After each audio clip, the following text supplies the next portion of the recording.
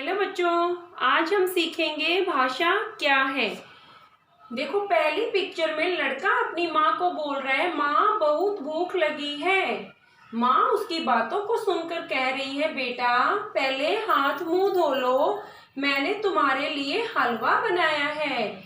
दूसरी पिक्चर में जो पिंकी है वो अपनी नानी को पत्र लिख रही है और नानी उसके पत्र को पढ़कर उसके बातों को समझ रही है। इसका मतलब ये हुआ बेटा कि हमें अपनी मन की बातों को या कुछ बोलने के लिए दूसरे को या तो बोलकर समझाना पड़ता है या फिर लिखकर समझाना पड़ता है। और यही माध्यम है भाषा का, और यही है भाषा कि जिसमें हम अपने मन के विचारों को दूसरे तक पहुंचा पाते हैं, लिखकर और बोलकर। दूसरा पिक्चर क्या कहती है, कुत्ता क्या कर रहा है, भो भो, और बिल्ली क्या कह रही है, म्याऊ म्याऊ। ये भी एक भाषा है क्या? नहीं, ये सिर्फ जीव जंतु जानवर जो हैं भाषा नहीं जानते, ये सिर्फ आवाजें निकालकर अपनी बातों को दूसरे तक पहुंचाते हैं।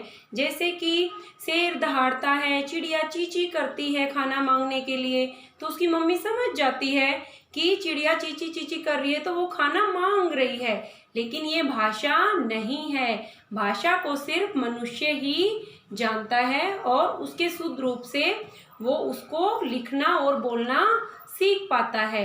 तो जो भाषा है उसके दो ही रूप हैं, लिखित और मौखिक। जब हम बोलकर, चाहे हम फोन पर बातें कर रहे हैं, चाहे मैं अब आपको बोलकर समझा रही हूँ, हम अपनी बातों को बता सकते हैं।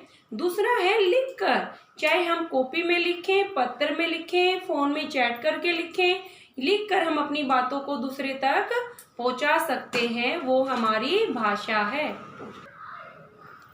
नीना, तुम उदास क्यों बैठी हो?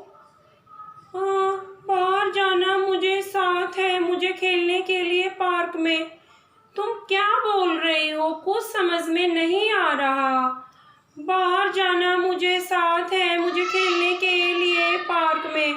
अरे मेरी तो कुछ भी समझ में नहीं आ रहा कि तुम क्या बोल रही हो। चलो मैडम से पूछते हैं।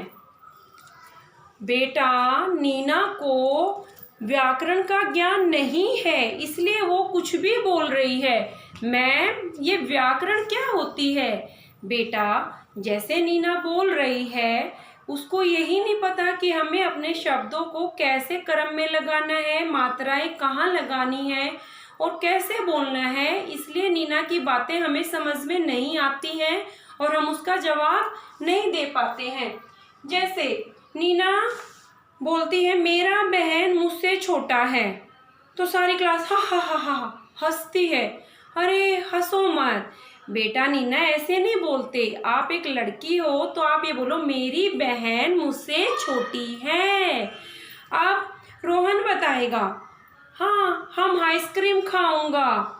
नहीं रोहन, आप ऐसे बोलो, मैं आइसक्रीम खाऊंगा। इसका मतलब जो हमें भाषा को सही रूप में लिखना, बोलना, मात्राओं का ज्ञान करवाता है, वो व्याकरण है। और व्याकरण के माध्यम से ही हम भाषा को सही रूप में समझ पाते हैं, लिख पाते हैं और बोल पाते हैं। तो यही भाषा है। और भाषा को सही रूप में लिखना कौन सिखाता है? व्याकरण सिखाता है। तो बच्चों, आज आपको समझ में आ गया ना भाषा क्या है और व्याकरण क्या है, और व्याकरण की हमें जरूरत क्यों पड़ी? भाषा को अच्छे से लिखने के लिए, और ताकि जब हम उसको लिखें, बोलें, तो दूसरा व्यक्ति उसको आसानी से समझ ले।